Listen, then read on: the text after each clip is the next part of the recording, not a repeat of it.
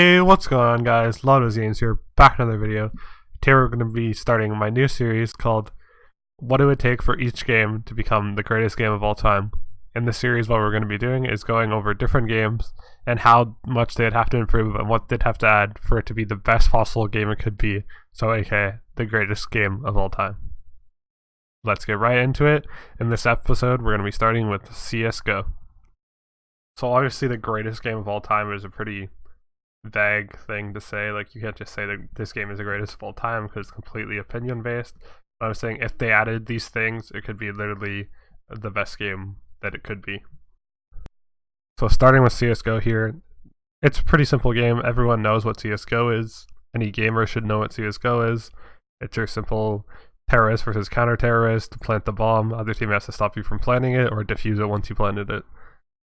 And CSGO has been a thing for years and years and years, with CS 1.6, CS Source, CS Next on Zombies, and now Counter-Strike Global Offensive. There's been so many different iterations of the game, and it's been around forever.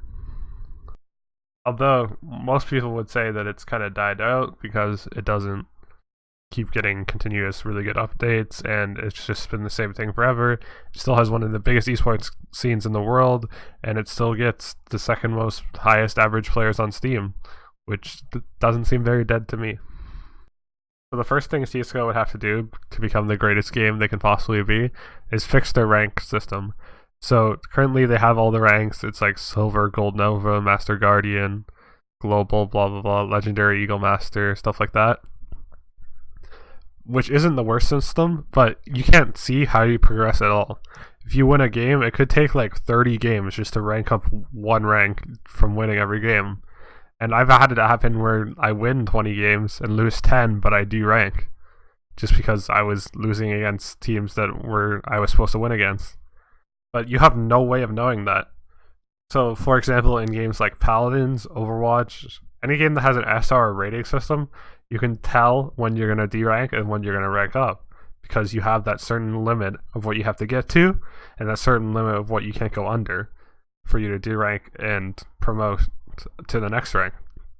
But in CSGO, you have no way of knowing. That can be very frustrating sometimes, especially for lower rank players who are trying to get better. And even if they're getting better, it takes so long to rank up that it's not even worth their time. It'd be better if they made another account, which should not be a thing.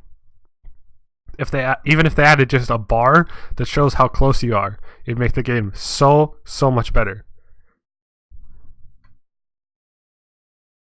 And the next thing CSGO would have to do to become the greatest game it can be is they'd have to add better servers. This has been a thing for years. Everyone knows that CSGO runs on 64-tick servers. Like, 64-tick servers? Are you serious? For one of the biggest games there is. You run on 64-tick servers. That's why everyone plays third party, because the rank system is terrible and they run on 64-tick servers. You play on 128-tick servers with a better rank system. No game should have to have third parties control the game. Like, rank should be the main game that everyone plays. If you had 128-tick servers, which I understand they've had reasons for not to do, but this is not a realistic thing. This is what they would have to do to become the best game that they could possibly be. So they would have to have 128-tick servers.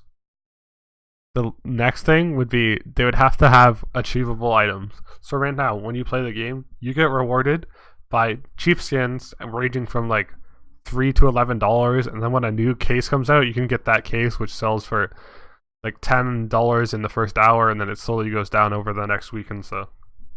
But you can't really achieve anything from playing in the game other than the service medals, and that's just a cool cosmetic that doesn't do anything. It's not even a gun skin. But what they'd have to do is either add a battle pass or consistently have operations going out constantly. Or events, which are basically operations. So they would have to have achievable items in the game. So you do a quest, or you do a challenge, and you level up the battle pass, or you level up the event token, or you get something directly for doing the quest. So you can get achievable items so people have something to play towards other than just your rank.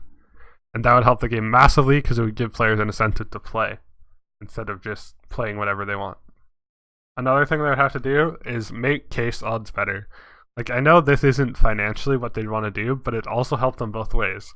So financially, they get more money because more people buy cases, but also they lose more money because more people will have more things and they won't need to buy more. So if they make the case odds better, it'll incentivize more people to actually buy the cases, because right now there's literally no reason to buy a case unless you're making a video for it, as you have very, very little chance of getting anywhere near the skin that you want. So why not just actually put the money out and buy the skin? So if they made the case odds better, a lot better, it would have to be quite a bit better, to where you would actually be rewarded for opening a case, then it would be a lot better and really help the game out. And then, speaking of items, the number one thing, in my opinion, that they would have to do to make people play this game and make it absolutely insane game is remove the trading ban. The reason why CSGO was at its peak was mainly because of trading. Everyone loved trading. Everyone loved skins.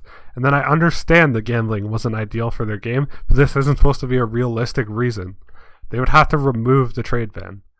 The trade ban is so stupid, but so I understand why.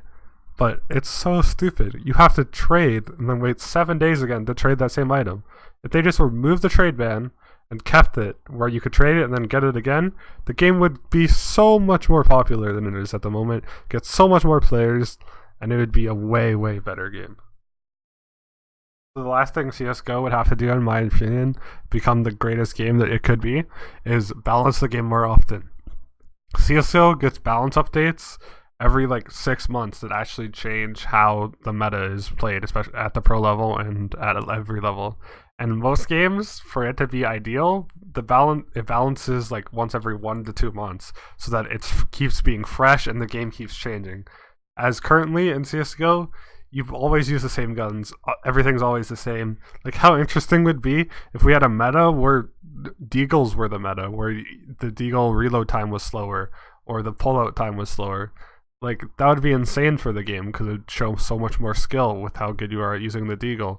Or if we had a meta at ops were the only thing that was viable and people were going 4 ops, that would be so much fun. But even if it's only for a month because of the meta change. But if they balance, not even that extreme, if they balanced it even just a little bit to where certain guns are slightly better in different ways every couple months or every month, then the game would be massively improved, as it would add way more variety and way more incentive to hop on and join a CSGO game. So those are just a couple ways that I think CSGO could massively improve and become the greatest game it could be. There's probably a lot of other ways that I didn't think of, so if you have any of those ideas, put them in the comments of this video or in the comments of the Reddit, Discord, or forums thread that I posted. Thank you guys for watching. Make sure to like and subscribe if you did enjoy this video, and I see you guys next time. So going with the achievable items thing, it'd be fine if they also did what they had before with operations. So you do missions or special challenges against bots where you kill a certain amount of things in a certain amount of time and level up your token, and once you get to a certain level of the token, you get achievable items. So overall, you just need to be able to achieve items to give players an incentive to play. Also, if you guys have any suggestions for what game I should do next in this series, then let me know in the comments down below or in the comments of the Reddit or the forums thread. Thank you guys for watching.